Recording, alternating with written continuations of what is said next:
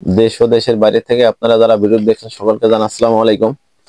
আপনারা অসংখ্য লোক কমেন্ট করেন যে চর্মরোগ হলে প্রাথমিক করণীয় কি। আসলে আপনার স্কিনের উপরে বা চামড়ার উপরে যে সমস্যাগুলো হয় সাধারণত চর্মরোগ বলে আর কি। চর্মরোগের অনেকগুলো বিষয় আছে, যেমন র্যাশ ওঠে, আপনার দাউদ হতে পারে, একজিমা হইতে পারে, এমনি চুলকাইতে পারে, বিভিন্ন ফুসকুড়ি হইতে পারে, বিভিন্ন প্রকার সমস্যা মিলেই বলে চর্মরোগ। এখন চর্মরোগের প্রকোপটা এই সিজন আরো বেশি।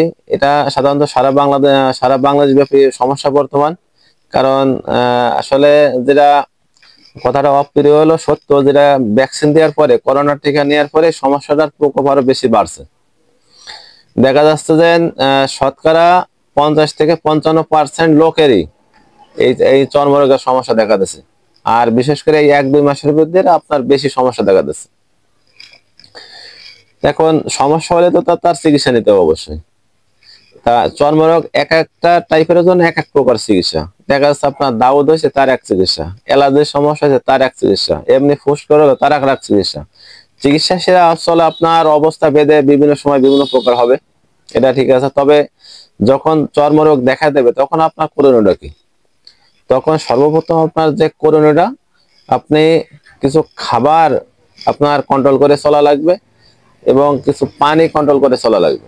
যখন আপনার চর্মরোগ দেখা দেবে সেই ক্ষেত্রে আপনি শুধুমাত্র টিউবওয়েলের পানি ব্যবহার করবেন। আর দেখা যাচ্ছে টিউবওয়েলের পানি বলে আবার কিছু ভাগ আছে। দেখা যাচ্ছে আপনার টিউবওয়েল থেকে দেখা যাচ্ছে আপনার ট্যাঙ্কি দিয়ে তোলেন।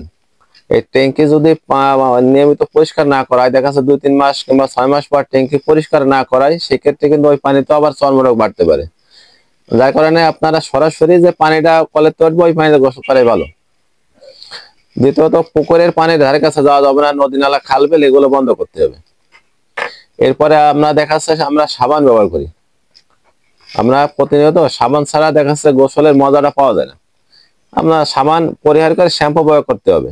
যে সাবানের যে শ্যাম্পুর ভিতরে অ্যালোভেরা নাই, এই শ্যাম্পু গুলো ব্যবহার করতে হবে। পাশাপাশি অতিরিক্ত যে অ্যালার্জি বাড়ে যে খাবারগুলো আছে, এই খাবারগুলো আপনার কমাইতে হবে। দেখা যাচ্ছে কম বেশি কিন্তু সব খাবারে অ্যালার্জি আছে বর্তমান। আপনি আমার যদি বলেন যে ঠিক আছে, তা আপনি 10টা খাবারের নাম বলেন, আমরা এই 10টা খাবার খাবো, অ্যালার্জির খাবার আর খাবো না, কিন্তু আসলে তো তা বলা সম্ভব না। কারণ কম বেশি প্রত্যেক খাবার, তবে বেশি কিছু কিছু আছে। আপনি যদি কচুর যে কোনো খাবার খান, চিংড়ি মাছ, ইলিশ মাছ, হাঁসের ডিম, হাঁসের মাংস, গরুর মাংস, তারপরে হচ্ছে না আপনার যদি এই যে এইসব পুঁই শাক খান, এই জাতীয় যে খাবারগুলো আছে এতে বেশি পরিমাণে আছে। যতদূর সম্ভব এই খাবারগুলো এড়াই চলবে। আর আপনার পার্শ্ববর্তী যে ডাক্তারগুলো ভালো মনে হয় তাকে দেখাইতে পারেন। আবার আপনার যদি আমার কাছে চিকিৎসা নিতে চান, আমার ডিসক্রিপশনে নাম্বার দিয়ে দেবো, আপনারা যোগাযোগ করে নিতে পারবেন। যে নাম্বারটা দেওয়া থাকবে, নাম্বারটা ইমো আছে, হোয়াটসঅ্যাপ আছে, সবগুলো যে কোনো এক জায়গায় নক করলে কথা বলতে পারবেন। সকলে সুস্বাস্থ্য দীর্ঘায়ু কামনা করি এবং আমার জন্য দোয়া করবেন, আমি যেন সুস্থ থেকে সবসময় আপনাদের ভালো সেবাটা দিতে পারি।